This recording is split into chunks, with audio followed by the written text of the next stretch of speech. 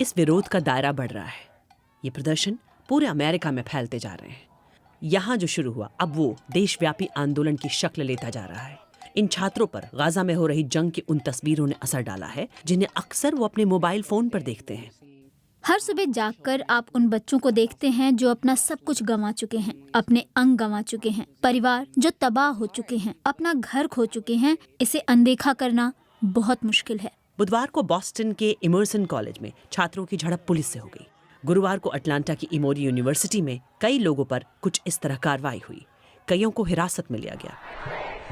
दर्जनों लोगों की गिरफ्तारी के बाद भी ऑस्टिन की यूनिवर्सिटी ऑफ टेक्सास में विरोध प्रदर्शन जारी है। वहीं कोलंबिया यूनिवर्सिटी में यहूदी छात्रों ने इजरायली झंडे और हमास के कैद में मौजूद इजरायली बंधकों की तस्वीरें लगाई हैं। ये छात्र इस माहौल में सहज महसूस नहीं कर रहे हैं। फिलॉसफी की इस छात्रा का कहना है कि वो इतनी डरी हैं कि अपनी पहचान जाहिर नहीं करना चाहती। मैं यहाँ शारीरिक रूप से असुरक्षित महसूस कर रही हूँ। पढ़ाई से जुड़ी चीज़ों में दिल नहीं लग रहा। मैं अपने साथी यहूदी छात्रों के लिए भी बेहद चिंतित हूँ, क्योंकि उन्हें देखकर पहचाना जा सकता है, क्योंकि जैसे वो दिखते हैं। इस वजह से उन्हें कई तरह की शारीरिक और मानसिक यातनाओं का सामना करना पड़ा है और कॉलेज में चलना फिरना भी बेहद मुश्किल हो गया है। एक ऐसी जगह पर जहाँ मुझे रहना चाहिए, मुझे सीखना चाहिए।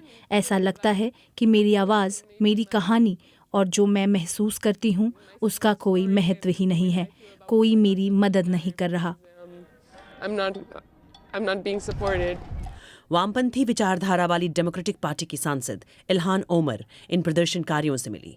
एक शीर्ष रिपब्लिकन सांसद ने यहां पहुंचकर इन प्रदर्शनों को यहूदी विरोधी करार दिया और न्यूयॉर्क पहुंचने पर राष्ट्रपति बाइडेन का कुछ इस तरह स्वागत हुआ। वॉशिंगटन की जॉर्ज वॉशिंगटन यूनिवर्सिटी के प्रोफेसर्स भी इन विरोध प्रदर्शनों में शामिल हुए। एक चीज जो यहूदी छात्रों को परेशान कर रही है वो है इस्राएल की तबाही की बात। मैं संविधान में भरोसा रखता हूँ। मैं अभिव्यक्ति की आज़ादी और प्रदर्शनों के लिए जमा होने के अधिकार का समर्थक हूँ, लेकिन एक रेखा होती है, खासकर तब जब बातें एक सरकार की कार्रवाई के विरोध से शुरू होकर एक देश को तबाह करने, दूसरे लोगों को नुकसान पहुंचाने तक पहुंच जाती है। कोलंबिया यूनिवर्सिटी के कुछ छात्रों ने यहूदी विरोधी घटनाओं के लिए आवांछित लोगों को जिम्मेदार ठहराया है और वो यहूदी छात्रों को ही सवालों के घेरे में खड़ा कर रहे हैं। ये जटिल है। मुझे लगता है कि हमारी यहाँ मौजूदगी काफी महत्वपूर्ण है। ये केवल यहूदियों को ये दिखाने के लिए नहीं है कि हम फलस्तीनियों के साथ और उनकी आज़ादी के पक्ष में खड़े हैं, और इसलिए यहूदी छात्रों के लिए भी जगह बनाने का हम समर्थन करते हैं। इन छात्रों का कहना है कि फाइनल एग्जाम के बाद और सत्र खत्म होने के बाद भी वो डटे रहेंगे, लेकिन यूनिवर्सिटी प्रशासन चाहता है कि वो आज ही कैंपस छोड़कर चले जाएं।